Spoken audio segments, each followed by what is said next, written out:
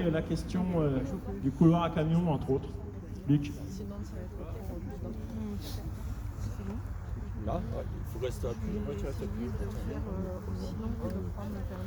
Bon, on assiste aux préparatifs, Oui, bonjour bien sûr. à tous. Je vais vous parler rapidement de trafic, mais bon, sans rentrer trop dans les détails. Nous, on avait des chiffres de mai, de juin, et on a aussi fait nos comptages avec le collectif. Mais là, tout récemment, je viens d'avoir des chiffres de Vinci, en gros, qui disent que les jours ouvrés, c'est les jours de semaine, il y a à peu près 18 000 véhicules par jour sur le GCO, dont un tiers de poids lourds. Donc ça fait 6 000 poids lourds. C'est à peu près ce que nous avons nous-mêmes compté au niveau du collectif en juin. Bon, nous, c'était plutôt que 17 000 véhicules, dont 7 000 poids lourds, mais à peu de choses près, c'est ça. Alors que ce qui était prévu sur le GCO, c'est entre 26 000 et 30 000 véhicules par jour, dont 5 000 poids lourds. Après, il faut comparer ce qui est comparable, parce que ça dépend si on parle du trafic moyen sur la semaine, ou alors si on parle que des jours ouvrés.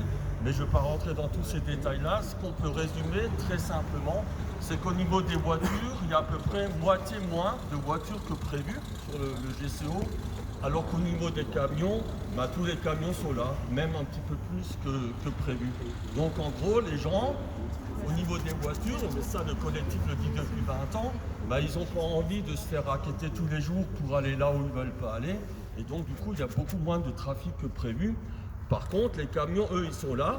Alors il y a certes les camions, puisqu'on a interdit le transit au niveau de la M35, il y a ceux-là, mais il y a peut-être déjà quelques milliers de camions de plus qui traversent l'Alsace parce que le passage est plus facile que le GCO.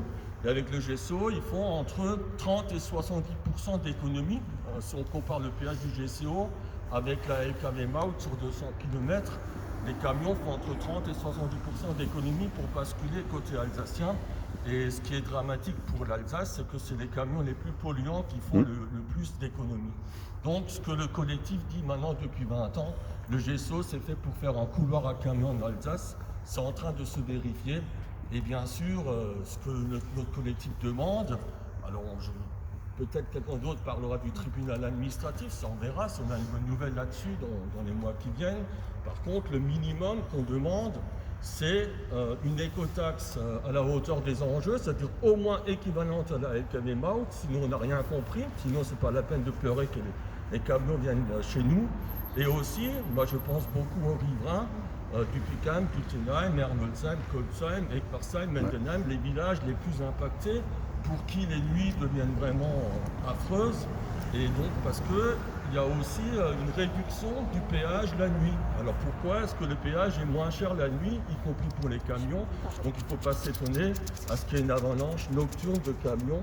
Et donc il faut aussi penser à ces gens-là. Donc on demande une écotaxe pour déjà éviter le report opportuniste des camions côté alsacien, camions du transit international qui n'amènent rien à l'économie locale. Et on demande aussi qu'il n'y ait pas de réduction de péage la nuit. Ça c'est vraiment le minimum. Si le tribunal administratif donne une raison dans 1 ou 2 mois, on aura peut-être des exigences encore beaucoup plus fortes. Faire autre chose de ces 300 hectares artificialisés maintenant, faire autre chose qu'un couloir à camion. Voilà. Bravo. Merci. Merci Luc.